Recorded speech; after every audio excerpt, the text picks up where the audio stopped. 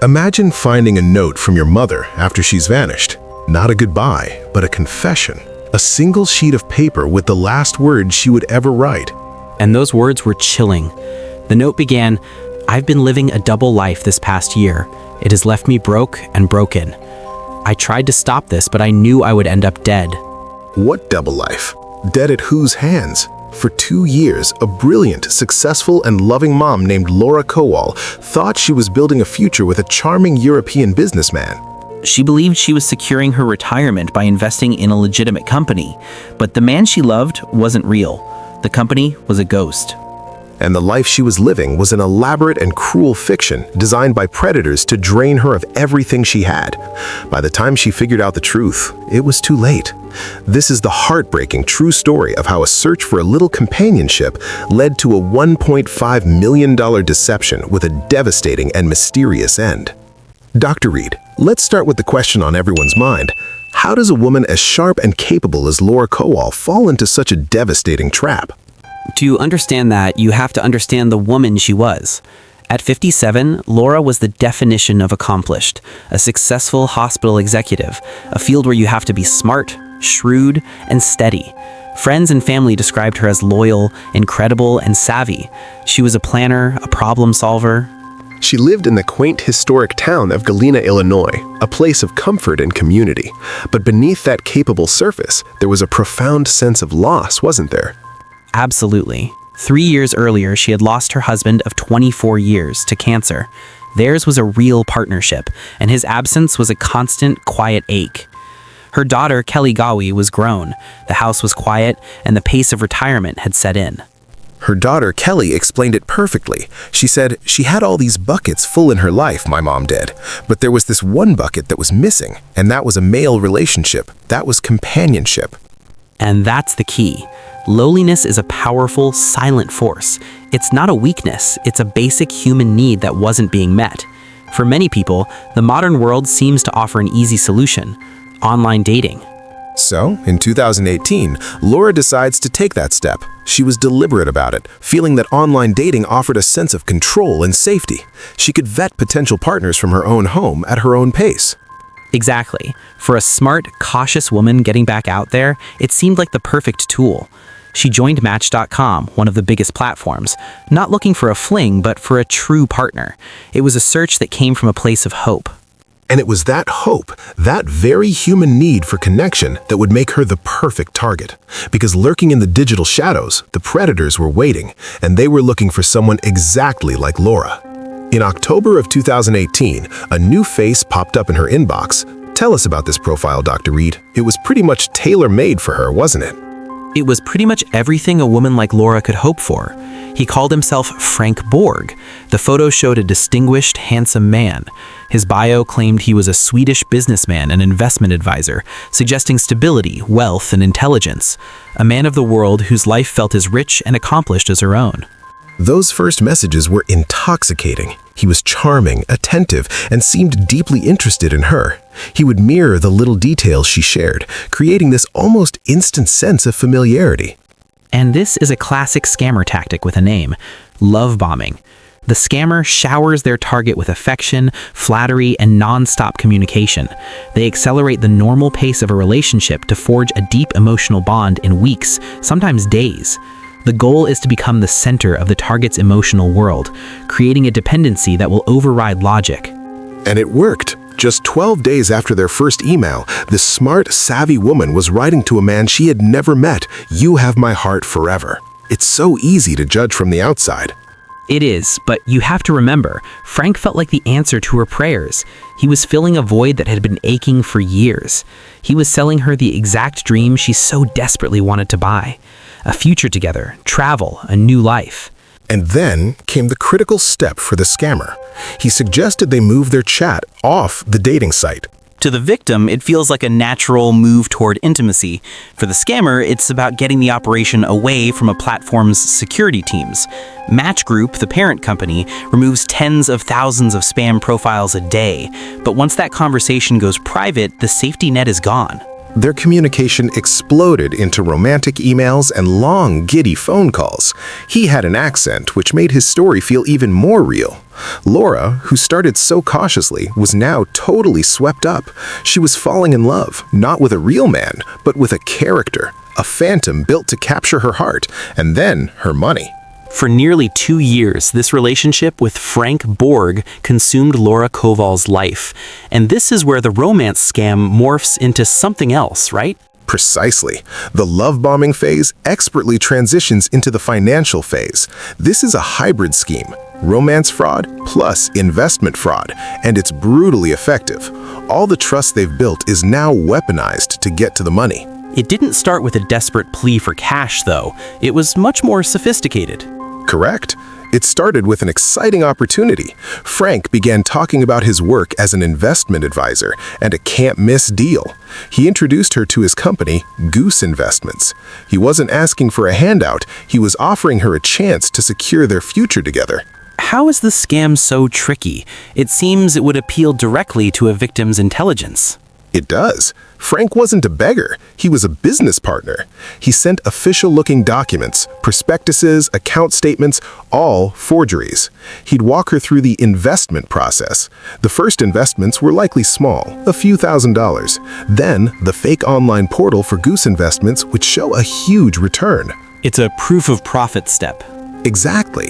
They might even let the victim withdraw a little of their earnings, which makes the whole thing feel completely real.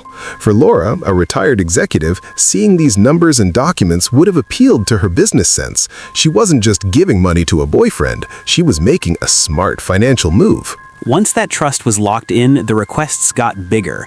There was always a new time-sensitive deal, but always some problem. Customs fees, surprise taxes, a bribe needed to unlock funds. And all the while, he was isolating her. Insisting on secrecy is a key tactic.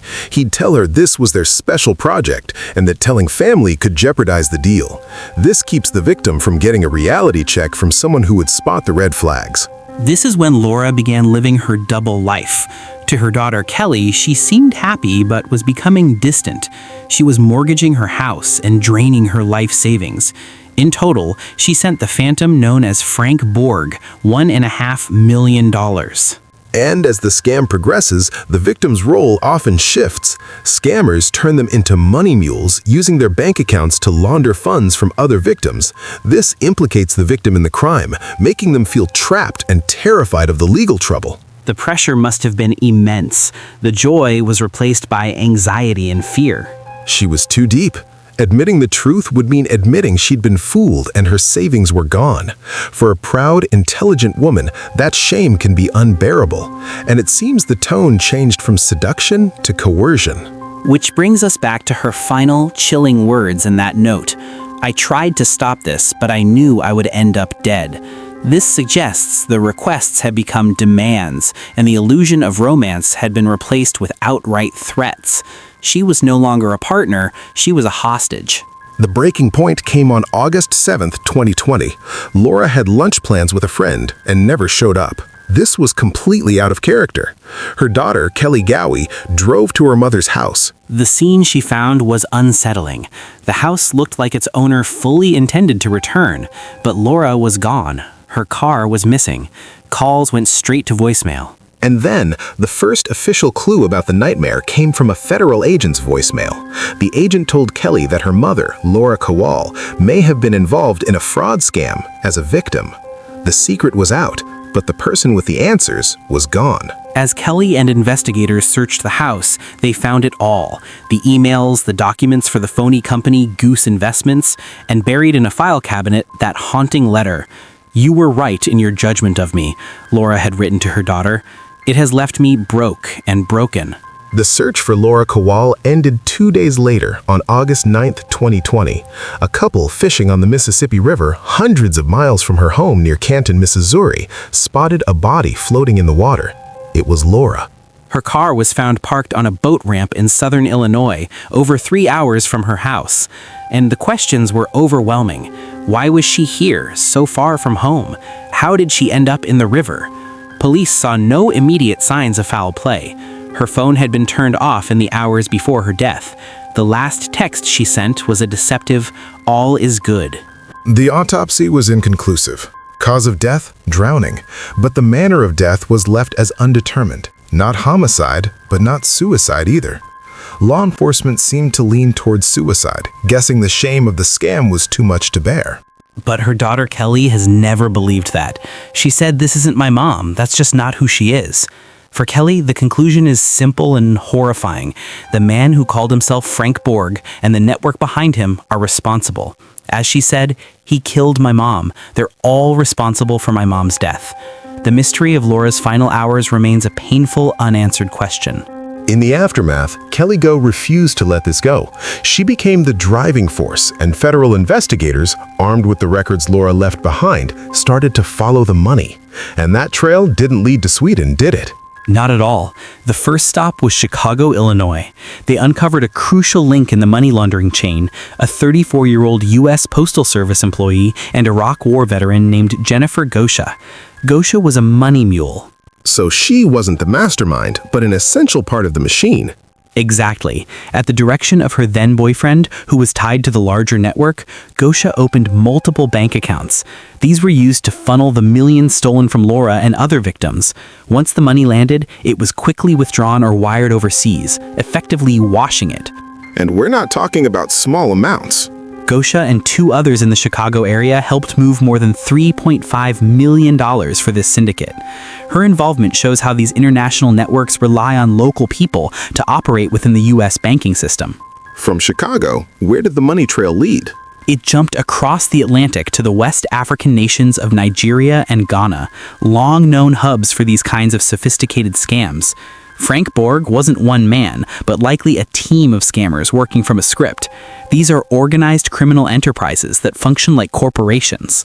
Did the investigation lead to any real justice? It began to.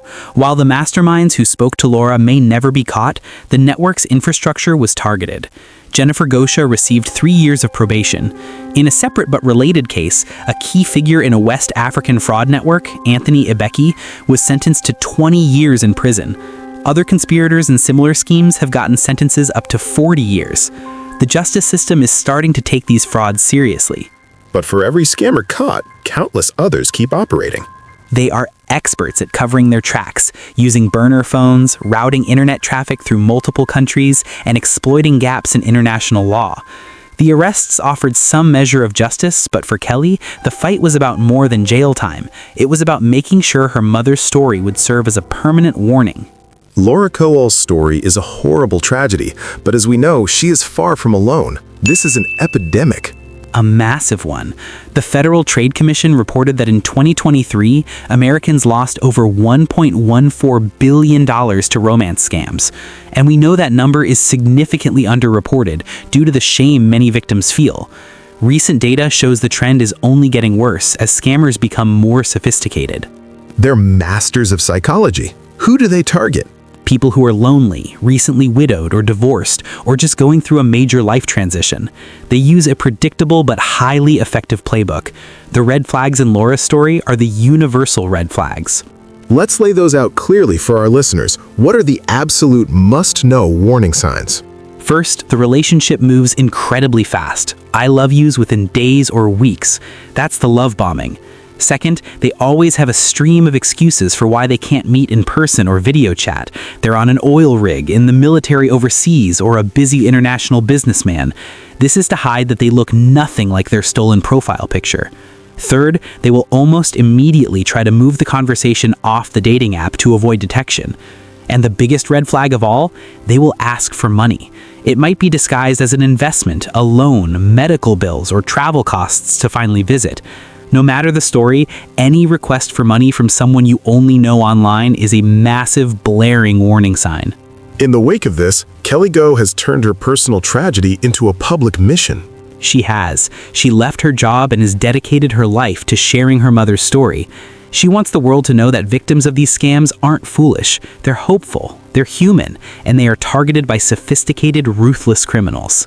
Speaking of a daughter she might one day have, Kelly said, "I want her to know that her grandmother's story has the ability to educate people and to promote change, and ultimately, her grandmother's story can save someone's life." The shame victims feel is the scammer's greatest weapon. Absolutely. If any part of this story sounds familiar, if you're in an online relationship with someone making excuses and asking for money, please pause. Talk to a trusted friend or family member. Do a reverse image search of their profile pictures, and never send money to someone you only know online. If you think you're being scammed, what is the one thing you should do right now? Stop all contact immediately and file a complaint with the FBI's Internet Crime Complaint Center at ic3.gov. Reporting helps, even if you haven't lost any money. Laura Kowal went online looking for love and a second chance at happiness. She found a predator who stole her money, her spirit, and ultimately, her life. By sharing her story, we can help ensure her legacy is not one of a silent victim, but a loud, clear warning that saves others. Please consider sharing this episode. You never know whose life you might save.